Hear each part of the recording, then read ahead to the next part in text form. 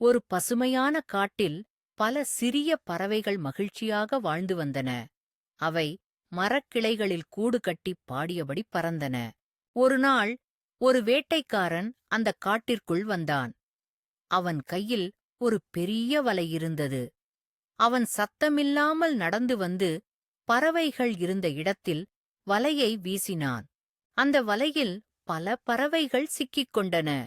அவை பயந்து கூவின. ஒவ்வொன்றும் தனித்தனியாக தப்பிக்க முயன்றது. ஆனால் யாராலும் தப்பிக்க இயலவில்லை. அந்தக் குழுவில் ஒரு புத்திசாலி தலைவன் இருந்தான்.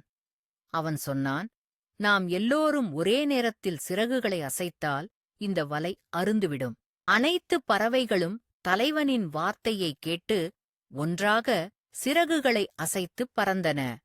ஆச்சரியமாக வலை முழுவதும் மேலே தூக்கப்பட்டது.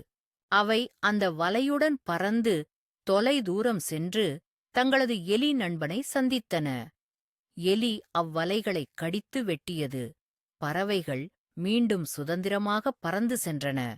அனைத்து பறவைகளும் மகிழ்ச்சியுடன் கூறின, நாம் ஒற்றுமையாக இருந்தால் எவராலும் நம்மை வெல்ல முடியாது.